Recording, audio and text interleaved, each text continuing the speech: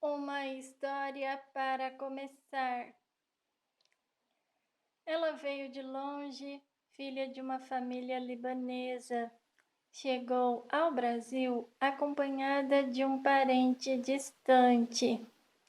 Os pais já estavam mortos. Veio ao encontro de um tio que morava por aqui. A idade era pouca. A solidão era muita. Chegou e já tinham arranjado um casamento para ela. Não soube se opor. Estava frágil demais para querer alguma coisa. Casou-se na primeira semana que pisou em nossas terras. 32 anos se passaram. 8 filhos, 7 homens e uma mulher. 5 netos e uma história de sofrimento que parece ter vindo de algum clássico da literatura. Nunca houve amor entre ela e o marido. Nos primeiros dias de convivência, ele deixou claro, por meio de sua conduta, que a vida ao seu lado não seria fácil. Ela não soube discordar. As primeiras agressões foram mantidas em segredo. Mais tarde, elas se tornaram públicas. Pouco a pouco, o respeito deixou de existir por completo. A mulher não sabia sorrir. Em nenhum momento de nossa conversa consegui identificar nela algum rastro de alegria ou esperança. Os filhos já criados herdaram do pai a mesma personalidade. A única filha mulher rebelou-se contra a estrutura familiar e foi embora para nunca mais voltar. A mulher não sabia o que me pedir. Estava profundamente aliviada com a morte trágica de seu marido. Estava confusa. Sentia no peito um alívio, mas ao mesmo tempo sentia o peso de não saber por onde recomeçar. Confessou ter medo de tudo. Medo da vida, medo da morte, medo dos filhos, medo do marido morto. Suas noites de sono eram poucas. Vivia constantemente ansiosa, como se o marido fosse voltar a qualquer momento. Ouvia os seus gritos e tinha sempre a sensação de que ele estava andando pela casa. Aquela mulher tinha diante de si uma longa viagem a ser feita. Viagem de retorno, viagem no tempo. Ela precisava retornar ao momento em que permitiu que o homem recém-chegado tomasse posse de sua vida. Precisava voltar para ela mesma. Precisava redescobrir as estradas que a reconduziriam à sua subjetividade e nela reaprender a viver. Ela foi vítima de um sequestrador. Foi vítima de um roubo cruel. Não foi um roubo material, mas um roubo mais profundo. O sequestrador chegou no momento em que sua vida estava frágil. Descobriu nela uma vítima fácil. Agiu de forma violenta. No princípio, uma violência velada. Depois, a violência declarada, gritada, para quem quisesse ouvir.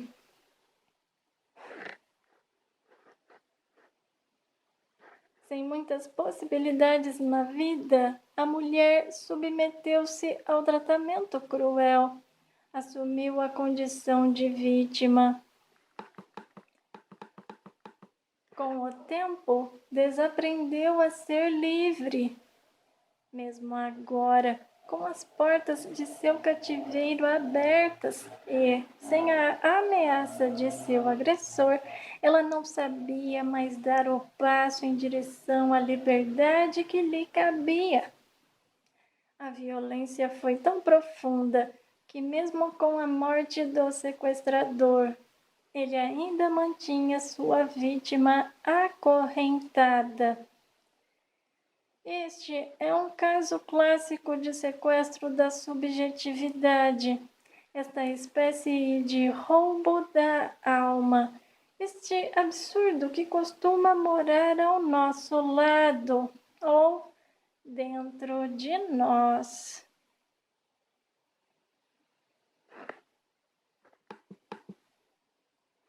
O sequestro do corpo, a trama do esquecimento dos significados. O sequestro do corpo é uma das mais cruéis modalidades contemporâneas da violência. Ritual de profundo desrespeito à condição humana. Esta forma de sequestro consiste em retirar uma pessoa do local de sua identificação, de seus significados, subordinando-a a um tratamento que tem por finalidade estabelecer uma fragilização, que resultará num estado de total dependência e rendição, em que o sequestrador torna-se um legítimo proprietário da existência do sequestrado. O sequestro do corpo é uma privação total e absoluta daquilo que chamamos de horizonte de sentido.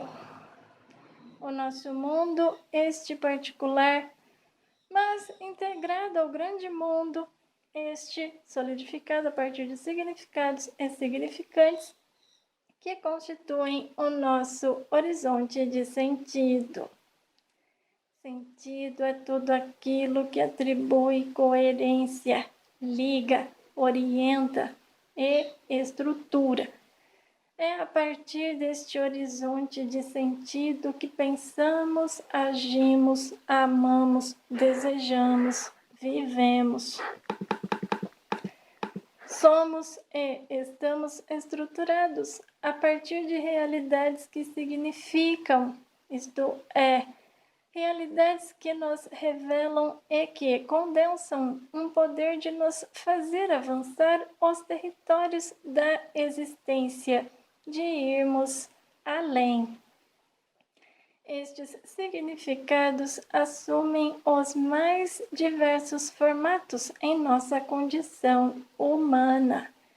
Eles evoluem para a condição de valores e, assim, se tornam fundamentais para a qualidade de nossa atuação no mundo. Os significados qualificam nossa existência. Essa gama de significados, de valores, ocupa espaços muito diferentes na vida das pessoas, de maneira que, se para uma pessoa aquilo é fundamental em termos de significado, para outra pode ser mero detalhe. Na vida, estamos constantemente descobrindo o que nos faz buscar nossa inteireza. A metáfora é interessante e pode nos ajudar a compreender melhor. O mosaico é feito de partes. Essas partes se conjugam e compõem uma única peça. São inúmeros e pequenos significados que constroem a trama do mosaico. A pequena peça é fundamental para a construção do todo e, por isso, não pode ser negada, separada. Assim somos nós. Se pensarmos no espaço humano em que vivemos como peças de um mosaico, nós entraremos no cerne dos significados que nos constituem. Nós estaremos no coração de nosso horizonte de sentido. Quando nos referimos aos significados, nós estamos tratando de realidades materiais e imateriais. Estamos falando do quarto onde dormimos com nossos travesseiros e lençóis, mas também das pessoas que nos rodeiam e dos amores que nos despertam. O quarto nos identifica, mas os amores também. O horizonte de sentido é uma conjugação de inúmeros fatores. A cidade onde moramos, a história já vivida, a casa que nos abriga, os lugares que frequentamos, os amigos que temos, as crenças que professamos, as relações cotidianas, enfim, tudo isso compõe o nosso mundo particular. É a partir deste mundo que enxergamos o outro mundo, que não é somente nosso, mas também nosso, assim como o mirante proporciona ao observador a visão que só é possível a partir de sua posição geográfica. Quando uma pessoa é sequestrada, o primeiro rompimento se dá com a materialidade de seus significados. Não dormirá em sua casa, estará privada de seus sabores favoritos, de seus ambientes, coisas particulares, de seu travesseiro, de seus livros, de seus perfumes, de suas paredes. Será violentamente exposta a outra realidade que não a sua.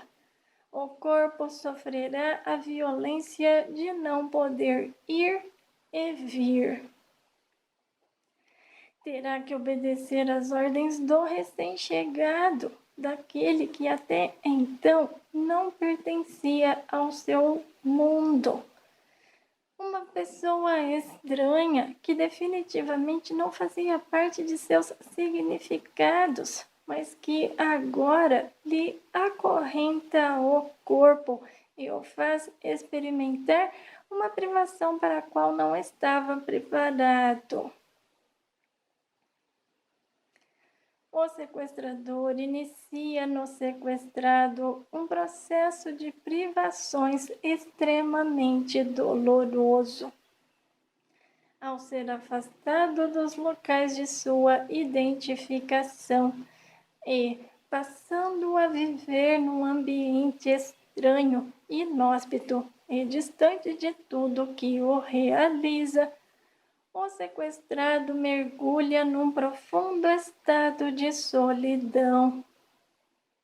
Não se trata de uma solidão comum, dessas que experimentamos ocasionalmente e que faz parte do cotidiano de todo mundo. Trata-se de uma solidão muito mais profunda, caracterizada como ausência de si mesmo. Ao ser afastado de seu mundo particular e de tudo o que ele representa, o sequestrado sente-se privado de ser ele mesmo. É como se ele tivesse sido levado para longe de tudo o que para ele faz sentido. O seu mundo não é o que agora lhe é oferecido. O cativeiro é a negação do seu direito de ser e estar. Esse profundo estado de ausência pode agravar-se com o tempo e evoluir para o que denominamos de esquecimento do ser. O esquecimento do ser, realidade muito comum nos casos de sequestro do corpo, é uma forma de aniquilamento de nossa condição primeira, nosso estatuto original, e que chamamos de identidade. A identidade nos diz sobre nós mesmos, diz a nós e aos outros. Há dois aspectos interessantes na identificação: uma afirmação e uma negação. Identificar-se é um jeito que a pessoa tem de afirmar o que é, mas é também um jeito de afirmar o que não é. Ao identificar-se, a pessoa estabelece uma autenticação, mas também uma separação. Ao dizer eu sou isso, naturalmente estou dizendo também que não sou aquilo que negaria o que sou. Parece jogo de palavras, mas não é. Ao identificar que sou Fábio, naturalmente estou dizendo que não sou Fernando. A identificação é também diferenciação, porque em toda afirmação há sempre uma infinidade de negações latentes. Essa identidade necessita ser cultivada. Vivemos constantemente esse processo. O tempo todo reivindicamos o que somos e também renunciamos o que não somos. Identidade estabelece limites, assim como os conceitos limitam a realidade. Limite que não pode ser considerado como negativo. Limitar é delimitar o local do encontro. É um jeito que temos de não nos perdermos neste mundo de tantas coisas. O limite favorece a compreensão da realidade existente. Um espaço delimitado é um espaço encontrado, identificado. Ao identificar o que sou, assumo a legitimidade de minha natureza. Digo o que posso e o que não posso. Por isso, o limite é positivo. Ele me proporciona um agir coerente, porque me posiciona a partir do que sou e não do que o outro gostaria que fosse. No mundo dos objetos, isso é constante. Identificamos o tempo todo. Uma mesa é uma mesa e não pode ser uma porta. No mundo das pessoas é a mesma coisa. Nossa identidade nos limita, não para nos empobrecer, mas ao contrário, para nos favorecer o crescimento. Quem sabe bem o que é e o que não é, terá mais facilidade de explorar suas possibilidades, uma vez que os limites já estão apreendidos também. Aprender e conhecer os limites que se tem é um jeito interessante de potencializar as qualidades que nos são próprias. Portanto, ao negar a identidade de uma pessoa, todas as suas potencialidades ficam fragilizadas. É por essa razão que o sequestro do corpo é uma agressão contra a identidade da pessoa, porque a confunde profundamente a respeito daquilo que ela pode e daquilo que ela não pode. É uma forma de provocar um esquecimento do que se é. Ao ser retirada de seu horizonte de sentido, a pessoa tem negado todos os seus elementos de identificação no mundo e com o mundo. Dessa negação nasce a ausência de si mesmo, uma forma de estar sem estar, de viver sem viver. Trata-se de uma forma terrível de desolação, desespero e angústia. O corpo, privado de tudo que lhe faz feliz, vive o limite de não ter o que buscar para nutrir-se de alegrias e descanso. Ele perde a capacidade de identificação, uma vez que está privado de seu espaço. Fora de seu horizonte de sentido, o corpo adoece, perde a vitalidade, sofre na carne a saudade de tudo o que o completa e o faz ser o que é. Privado de sua liberdade, o corpo sofrerá os limites que desencadearão a condição de vítima. Quando digo o que sou, de alguma forma eu o faço para também dizer o que não sou. O não ser está no avesso do ser, assim como o tecido só é tecido porque há um avesso que o nega, não sendo outro, mas complementando-o. O que não sou também é uma forma de ser. Eu sou eu e meus avessos.